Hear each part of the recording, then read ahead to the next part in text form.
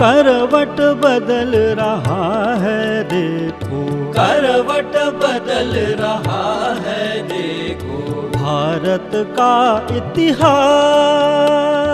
भारत का इतिहास।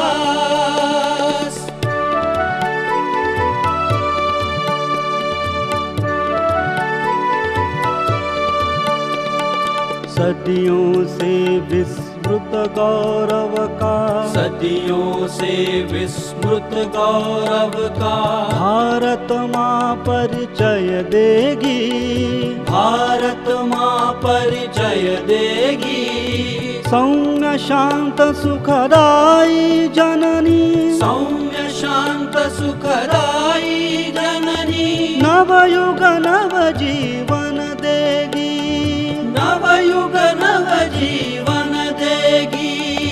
उस जीवन दर्शन से होगा, उस जीवन दर्शन से होगा मानव धर्म विकास, मानव धर्म विकास। पश्चिम के असफल चिंतन का, पश्चिम के असफल चिंतन का, शनै शनै हो ह्रास, शनै शनै हो ह्रास। करवट बदल रहा है देखो, करवट बदल रहा है देखो, भारत का इतिहास, भारत का इतिहास। जय श्री राम। योगेश अनंतकाले सभी सुनने वालों को प्यार भरा नमस्कार। मित्रों, मेरे सबसे प्यारे अय्याश, ठरकी, बच्चेबाज, रानी दी बाज, मोमिन आक्रांता,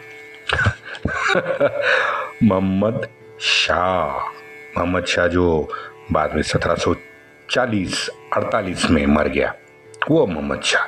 अब उसके शासनकाल में अंदर से पूरी खोखली हुई मुगल सो कॉल्ड सल्तनत थी ना, उनके काल में गरीब किसान तो बहुत ज़्यादा खस्ता हाल हुआ पड़ा था। वैसे मैं आपको बता दूं कि 1000 साल में किसान खस्ता हाल ही हुआ है। म्हणजे आप गजनी से शुरू करो, आप अंग्रेज और बाद में ये काले अंग्रेज जो आए थे, जिन्होंने 65 साल एक ही परिवार ने जो राज्य किया, वो खस्ता हाल ही किसान रहा है। आगे बढ़ते हैं।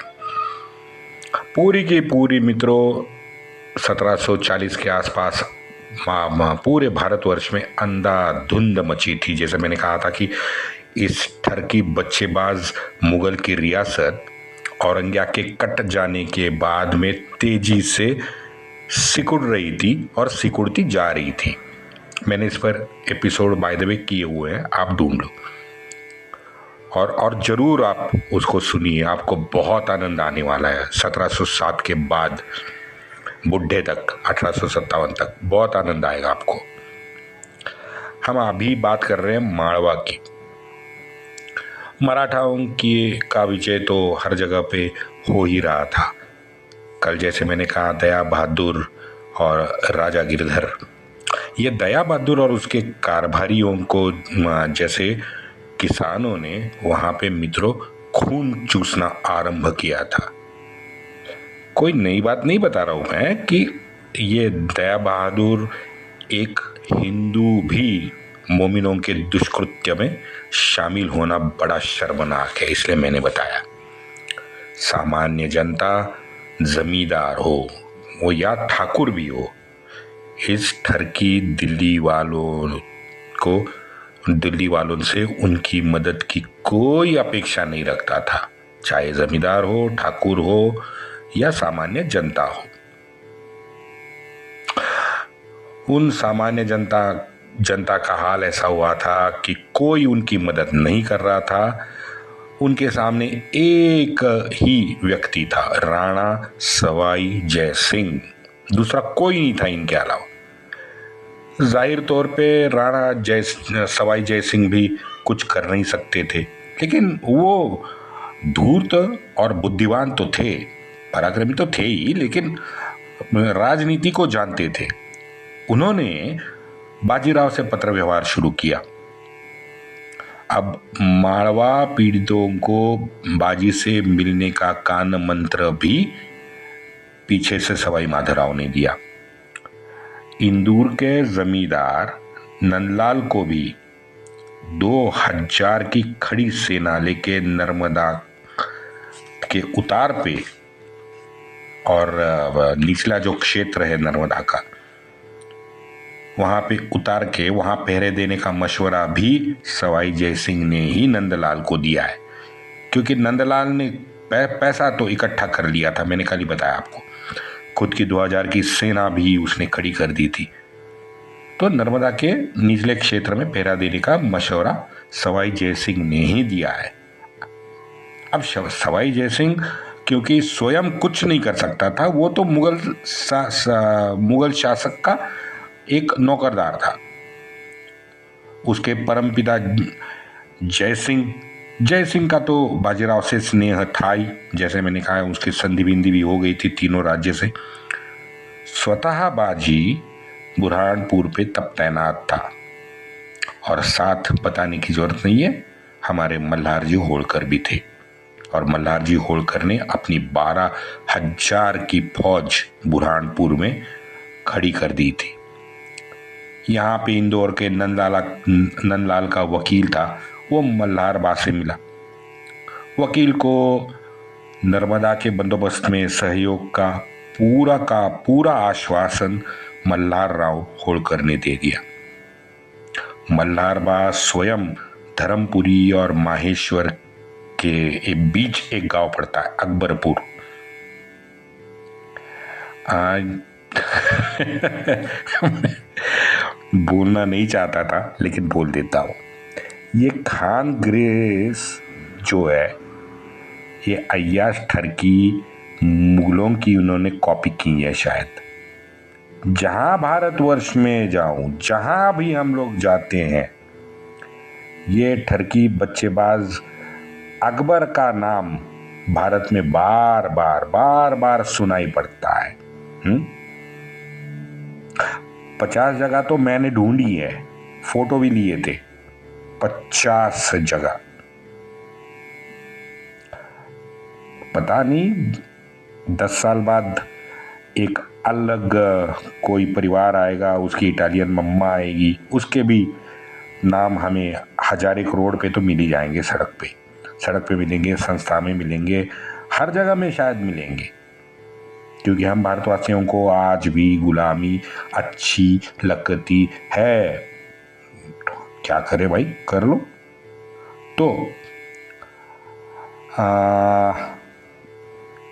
अकबर ठरकीपुरम में मल्हार होलकर आने की खबर दया बहादुर को तुरंत मिल गई। दया बहादुर खबर मिलने के बाद में तांडा के घाट में जाके वहां पे बैठ गया। अब मल्हार बा के रास्ते को रोकने के लिए दया बहादुर जब मल्हार होलकर अकबरपुर आए तो वहां पे बैठ गया। पागल है क्या?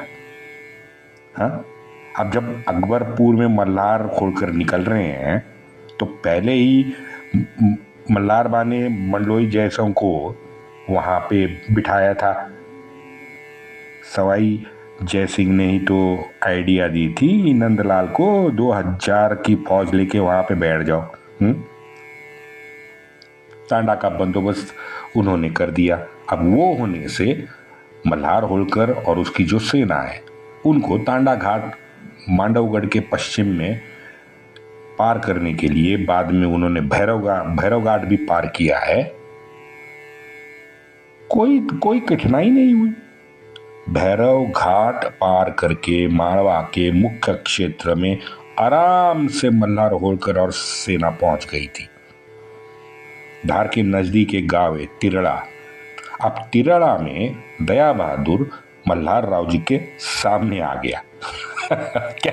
क्या होना था?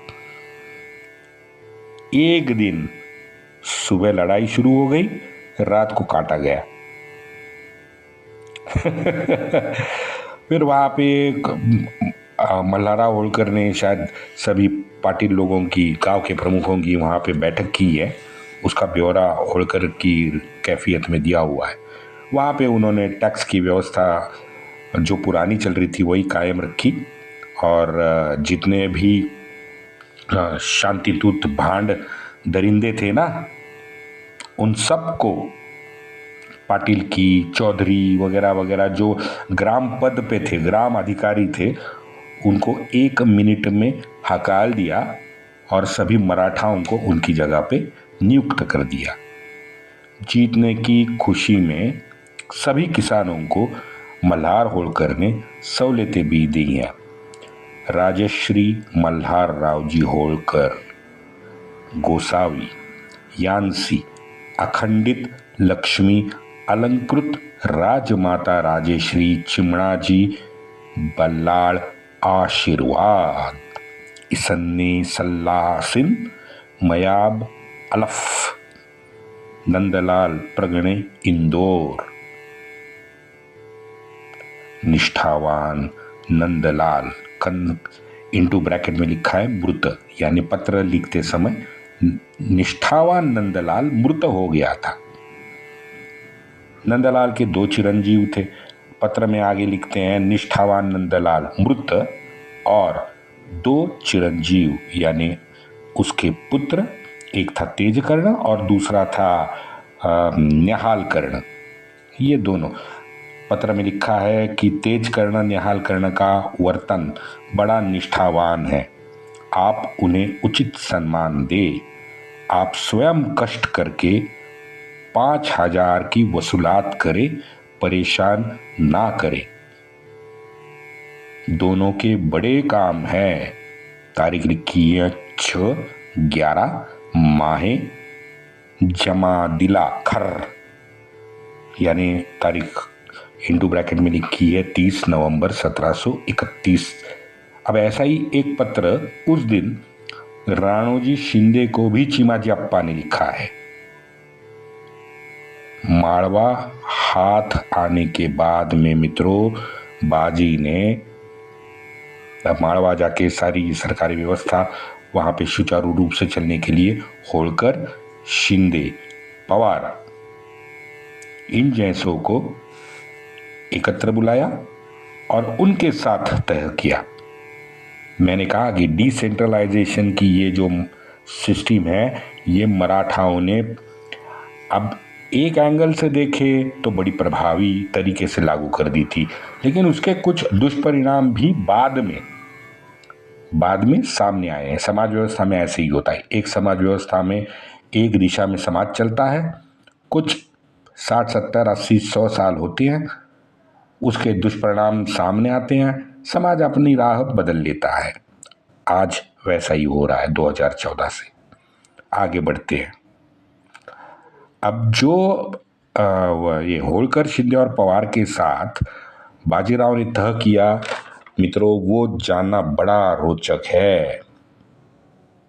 सुनिए, जो भी माड़वा में टैक्स जमा होगा उसमें सातारा गद्दी को, यानी छत्रपति शाहू महाराज को 31% मिलेगा, होलकर को स्वयं 30%, शिंदे को 30% और धार के उदाजी पवार को 9% तय कर लिया गया। आगे तय में उसमें संधि में ये भी लिखा है कि इसमें बदलाव हो सकता है, इस आंकड़े में भविष्य में बदलाव हो सकता है, ये संधि में लिखा हुआ है। तो बस यही सेंटेंस पकड़ के आगे कुछ सालों में इन आंकड़ों में मित्रों बदलाव किया गया। अब सातारा के स्वराज्य को 45%, शिंदे को 22.5%, जो 30% था, होलकर को भी 22.5%, जो 31% था, और पवार को जो 9 था वो 1% बढ़ा लिया। ये नई व्यवस्था लागू की। अब ये जो नई व्यवस्था है, ये आगे नाना फडणवीस, यानी 60-70 साल अब 60-70 साल नहीं, 50 साल अव्याहत तरह से मराठा राज्य में चालू थी। अब एक त्रुटि तो तुरंत दिख गई। लिखा है इतिहासकारों ने कि इससे पिलाजी जाधव परिवार बड़ा दुखी हुआ। क्यों? 1723 में माळवा अभियान शुरू करने वाले पिलाजी जाधव, उनका नाम ही इसमें लिस्ट में नहीं था। क्यों नहीं था? उनको यहाँ पे कुछ जमीन बख्शिशी तो दी है, लेकिन महसूल में हिस्सा पिलाजी को नहीं मिला। पिलाजी व्यक्तिशः मरते दम तक माळवा अभियान से मित्रों जुड़े रहे। एक एक प्रदेश पे चढ़ाई करो, निठल्ले, अय्याश, मोमिन, इस्लामी आक्रांता, ये कमज़ोर जो दिल्ली वाले मुगल थे, उनसे चौथाई के अधिकार की जो सनद थी उस पे हस्ताक्षर प्राप्त करो और फिर नए प्रदेश में जाके चौथाई लागू करो। यही क्रम था दक्षिण के हर 6 सूबे में। गुजरात में यही था, माळवा में यही था। मित्रों आगे चलते पंजाब में भी यही हुआ था। इसलिए तो वो आज भी रोते हैं ना कि भाई मराठी दुष्ट थे। क्यों? चौथाई वसूल करते थे, यानी जीएसटी कलेक्शन का पूरा अधिकार मराठाओं ने प्राप्त कर लिया था। तो जीएसटी जमा करने में भाई सख्ती तो करनी पड़ती है। तो बस मराठाओं ने यही सख्ती की तो राजपूत और पंजाबी हमारे नाराज हो गए।